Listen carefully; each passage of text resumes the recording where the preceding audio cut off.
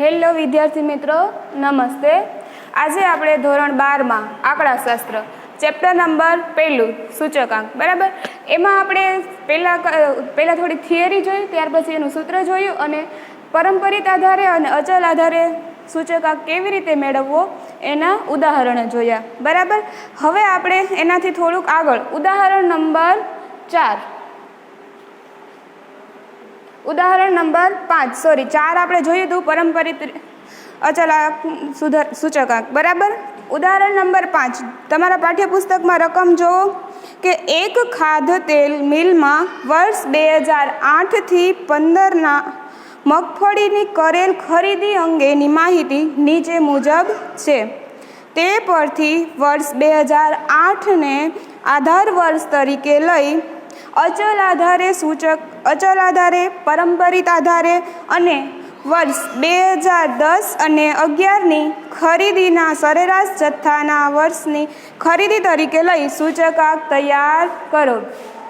તો આ ઉદાહરણમાં આપણે શું કરવાનું છે? આપણે પહેલું ઉદાહરણ જોયું હતું, એમાં કહ્યું હતું કે અચલ આધારે સૂચકાંક। બીજું ઉદાહરણ હતું એ અચલ આધારનું જ હતું। ત્રીજું હતું એ કેવું હતું કે 2 વર્ષનો સરેરાશ લઈ અને પછી આપણે સૂચકાંક મેળવવાનો હતો। અને ઉદાહરણ નંબર 4 એ કઈ રીતે હતું તો કે પરંપરિત આધારે સૂચકાંક મેળવવાનું। તો હવે છે આ ઉદાહરણમાં આપણે શું કીધું છે કે 3 મેથડે આપણે કરવાનું છે બરાબર। તો પહેલા સૌપ્રથમ આપણે જોશી અચલ આધારે સૂચકાંક। અચલ આધારે સૂચકાંકનું સૂત્ર શું થશે તો કે અચલ આધારે સૂચકાંક બરાબર શું આવશે? ચાલુ વર્ષની ચલ કિંમત છેદમાં આધાર વર્ષની ચલ કિંમત ગુણ્યા 100 બરાબર।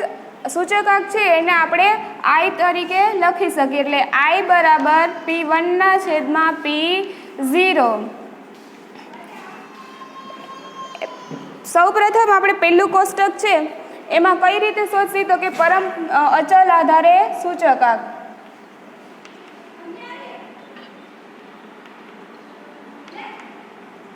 વર્ષ કયું છે આપણું તો કે 2008 ને આધાર વર્ષ તરીકે લેવાનું છે। સૂચકાંકનું સૂત્ર શું થશે તો આપણે અહીંયા શોર્ટ સૂત્ર જ લખશી I બરાબર P1/P0 ગુણ્યા 100। હવે શું કરશી કે દરેક વર્ષની કિંમત આપણે મૂકતા જશે અને ગણતરી કરતા જશે બરાબર। પહેલું વર્ષ છે બરાબર, એનો આપણે સૂચકાંક શોધવાનો છે। હવે આ પહેલું વર્ષ છે એનું સૂચકાંક P1 એટલે શું થશે તો કે 230। ચાલુ વર્ષ છે ને 230। હવે આપણે આધાર વર્ષ કયું લેવાનું છે તો કે 2008 એટલે 2008 જ લેવાનું છે, એટલે છેદમાં કેટલા આવશે 230 ગુણ્યા 100। 230 બે ઉડી જાય એટલે કેટલો આપણો સૂચકાંક આવશે તો કે 100। ત્યાર પછી વર્ષ 2009માં P1 એટલે કે ચાલુ વર્ષ કયું છે તો કે 2009માં પ્રાઇસ કેટલી છે તો કે 250 બરાબર। ત્યાર પછી આપણું આધાર વર્ષ કયું લેવાનું છે તો કે 2008। 2008માં કેટલો ભાવ છે મગફળીની જથ્થો કેટલો છે તો કે 230 ગુણ્યા 100।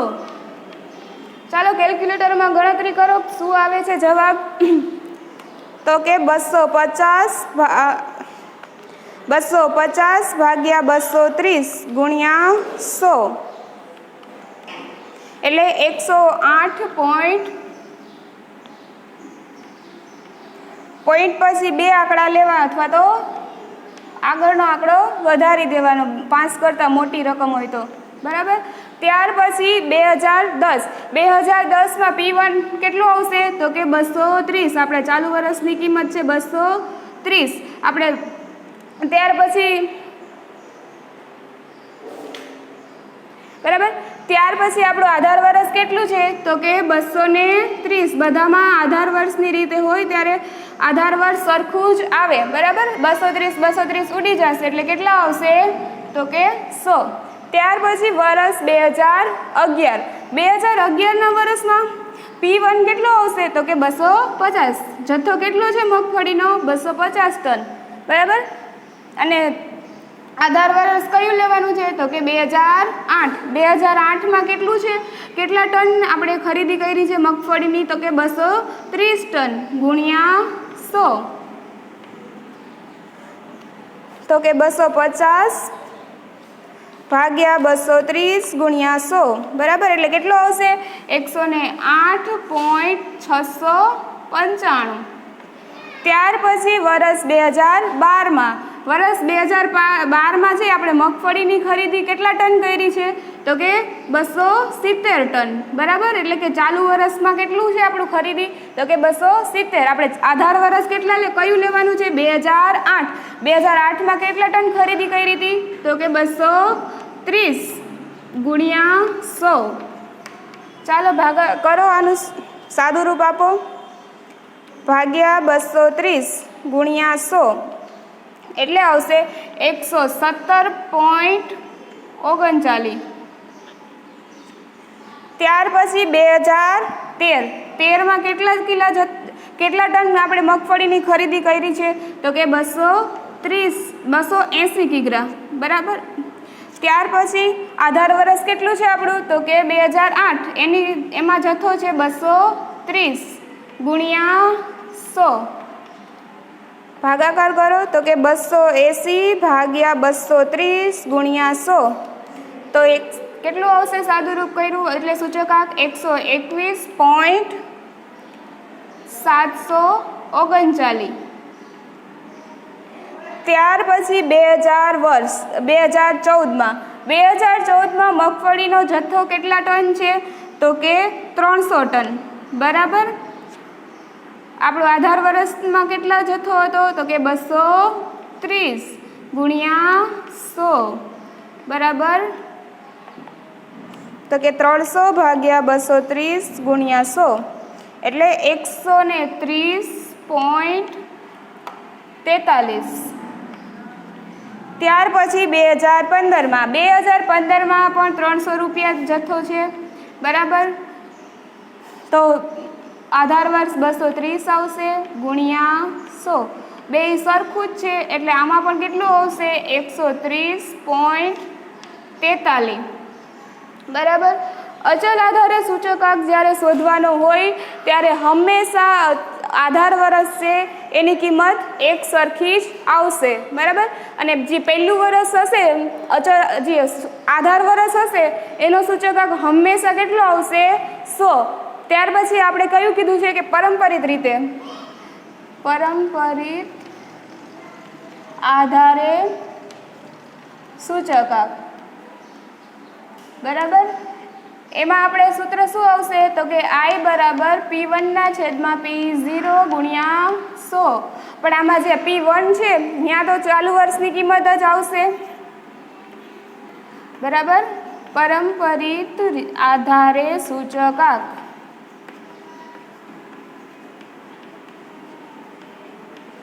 સૂત્રમાં ક્યાં ફેરફાર થશે P1 છે એ તો એ જ આવશે કે ચાલુ વર્ષની ચલ કિંમત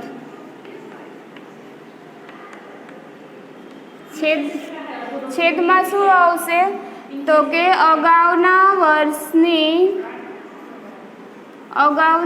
વર્ષની ચલ કિંમત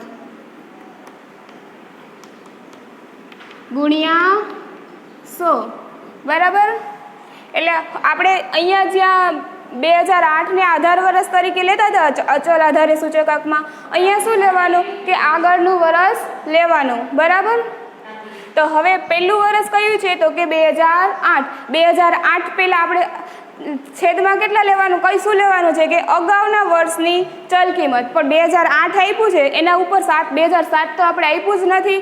તો શું થશે, જ્યારે પહેલું વર્ષ હોય પરંપરિત રીતે સૂચકાંક શોધવાનો, ત્યારે હંમેશા પહેલું વર્ષ હોય એનો સૂચકાંક કેટલો રહેશે તો કે 100, કેમ કે અગાઉનું વર્ષ આપણને આપ્યું નથી. ત્યારબાદ છે 2009માં. 2009માં કેટલું છે આપણે જથ્થો કેટલો છે મગફળીનો, કેટલા ટન છે તો કે 250 ટન. આપણું અગાઉનું વર્ષ કયું થશે 2009માં તો કે 2008. 2008માં કેટલા ટન ખરીદી કરી હતી તો 230 ગુણ્યા 100, એટલે શું આવશે 250 ભાગ્યા 230 ગુણ્યા 100, એટલે 108.695. ત્યાર પછી વર્ષ 2010માં ચાલુ વર્ષની ચલ કિંમત કેટલી છે તો કે 230. અગાઉના વર્ષની ચલ કિંમત કેટલી આવશે તો કે 250, કેમ કે 2010 પહેલાંનું વર્ષ આવે 2009, એટલે 250 ગુણ્યા 100, 230 ભાગ્યા 250 ગુણ્યા 100, એટલે કેટલો આવશે સૂચકાંક તો કે 92. ત્યાર પછી 2011માં ચાલુ વર્ષની ચલ કિંમત કેટલી છે તો કે 250, બરાબર. અગાઉના વર્ષ કેટલું કયું આવશે તો કે 2010 છે, એમાં કેટલું છે જથ્થો આપણો મગફળીનો તો કે 230, બરાબર. તો કેટલો જવાબ આવશે, આપણે ઉપર ગણતરી કરી હતી ને સેમ જ છે, તો કેટલો આવશે 108.695. ત્યાર પછી 2012માં આપણે કેટલા મગફળીની ખરીદી છે એ 270 ટન છે, બરાબર. એનું આગળનું વર્ષ કયું થશે 2012માં તો કે 2011માં પ્રાઇસ કેટલી હતી તો કે 250 ગુણ્યા 100, 270 ભાગ્યા 250 ગુણ્યા 100, એટલે કેટલું આવશે 108 સૂચકાંક મળશે આપણે.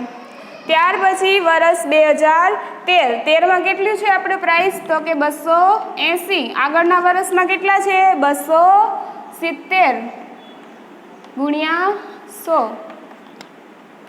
એટલે 280 ભાગ્યા 270 ગુણ્યા 100, એટલે કેટલો આવશે તો કે 103.70, બરાબર. ત્યાર પછી વર્ષ 2014ના વર્ષમાં કેટલું છે આપણું પ્રાઇસ તો કે 300 રૂપિયા. અગાઉના વર્ષમાં કેટલું ટન ખરીદી કરી તો 280 ટન ગુણ્યા 100, બરાબર. કેટલા આવશે તો કે 300 ભાગ્યા 280 ગુણ્યા 100, એટલે 107.14, બરાબર. ત્યાર પછી 2015માં કેટલી ખરીદી કરી છે કેટલા ટન તો કે 300 ટન. અગાઉના વર્ષમાં પણ આપણે કેટલી ખરીદી કરી હતી તો કે 300 ટન ગુણ્યા 100, 300 ઉડી જશે તો કેટલા આવશે 100 ટન, બરાબર. ત્યાર પછી આપણને શું કીધું હતું દાખલામાં આગળ હજી તો કે વર્ષ 2010 અને 2011ની ખરીદીના સરેરાશ જથ્થાના આધારે વર્ષની ખરીદી તરીકે લઈ સૂચકાંક તૈયાર કરવાનો છે. હવે શું કરવાનું છે આપણે તો કે વર્ષ 2010 અને 2011ને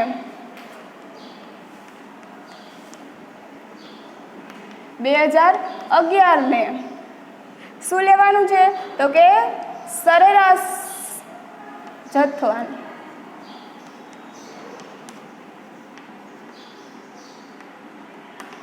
વર્ષ 2010 અને 2011ના વર્ષનો સરેરાશ લઈ અને પછી આપણે સૂચકાંક મેળવવાનો છે, બરાબર.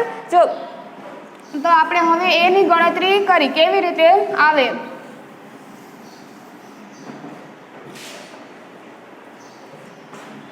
વર્ષ 2010 અને 2011 ની સરેરાશ, બરાબર. તો કે 2010માં કેટલો ભાવ હતો? તો કે 230 ટન હતો, બરાબર. અને 2011માં હતો 250 ટન. સરેરાશ છે એટલે જેટલી સંખ્યા હોય એટલા છેદમાં લેવાના. 2 હોય તો 2, 3 હોય તો 3, બરાબર. તો છેદમાં 2, બરાબર. 230 વત્તા 250 એટલે કેટલો આવશે? તો કે 480 ભાગ્યા 2 એટલે આપણો કેટલું આવશે? 240. આપણે શું મળ્યું? તો કે P0. જ્યાં પણ સૂત્રમાં P0 આવે ત્યાં આપણે શું લેવાનું? બધી જગ્યાએ 240. આપણું સૂત્ર શું થશે સૂચકાંકનું? તો કે I બરાબર P1/P0, બરાબર. તો હવે આપણે પહેલા વર્ષમાં જોઈએ તો કે પહેલા વર્ષમાં કેટલું છે? આપણે 2008માં ખરીદી તો કે 230. અને આપણે આમાં કમ્પલસરી P0 ચાલુ આધાર વર્ષની કિંમત કેટલી લેવાની છે બધા યરમાં? તો કે 240 ગુણ્યા 100 એટલે 230 ભાગ્યા 240 ગુણ્યા 100 એટલે 95.83, બરાબર.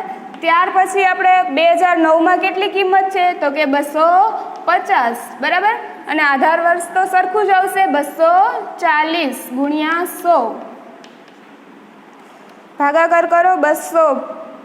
250 ભાગ્યા 240 ગુણ્યા 100 એટલે કેટલું આવશે? 104.16, બરાબર. ત્યાર પછીના વર્ષમાં કેટલા ટન આપણે ખરીદી કરી? તો કે 230, બરાબર. આધાર વર્ષમાં કેટલું આવશે? 240, કેમ કે આપણે બેની સરેરાશ લેવાની છે, ગુણ્યા 100 એટલે કેટલું આવશે? 95.83. ત્યાર પછીના વર્ષમાં કેટલું છે? તો કે કેટલા ટન ખરીદી કરી હતી? 250 ટન. આપણે આધાર વર્ષ તો સરખું જ લેવાનું છે, ગુણ્યા 100, બરાબર. કેટલા આવશે? તો કે 104.166. ત્યાર પછીનું વર્ષ છે 2012માં, એમાં આપણે ખરીદી કેટલા ટન કરી છે? તો કે 270 ટન છેદમાં 240, કેમ કે આપણે આધાર વર્ષ સરેરાશ લેવાની છે એટલા માટે, બરાબર. એટલે 270 ભાગ્યા 240 ગુણ્યા 100 એટલે કેટલા મળશે? તો કે 112.5. ત્યાર પછીનું વર્ષ છે 2013. 2013ના વર્ષમાં આપણે કેટલા ટન ખરીદી કરી છે? તો કે 280 ટન. આપણે સરેરાશ કેટલી છે? 240 ગુણ્યા 100, બરાબર. એટલે 280 ભાગ્યા 240 ગુણ્યા 100 એટલે 116.666, બરાબર. ત્યાર પછી 2014માં કેટલા ટન આપણે ખરીદી કરી? તો કે 300 ટન.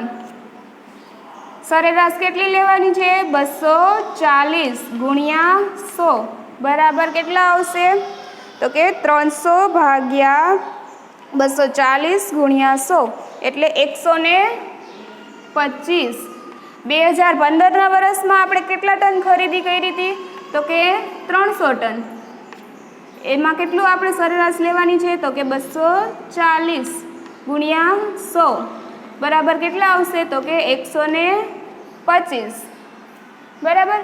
હવે સમજાણું કે શું અચલ આધારની રીત અને પરંપરિત આધારની રીતમાં. જ્યારે અચલ આધારની રીત હોય ત્યારે બધામાં આપણે જે ચાલુ આધાર વર્ષની કિંમત છે એ કેવી રહેશે? સરખી. જ્યારે પરંપરિત અચલ આધારની રીત છે એમાં શું થશે કે બધા યરમાં આધાર વર્ષની કિંમત બદલાતી રહેશે. અને ત્રીજો છે સરેરાશ સૂચકાંક, એટલે કે જ્યારે કોઈ પણ 2 વર્ષ, 3 વર્ષ કે 4 વર્ષનો સરેરાશ લઈને કરવાનું હોય ત્યારે પણ શું રહેશે? આધાર વર્ષની કિંમત કેવી રહેશે? તો કે સરખી, બરાબર. હવે આગળના આ ઉદાહરણ છે એ આપણે નેક્સ્ટ લેક્ચરમાં જોશું.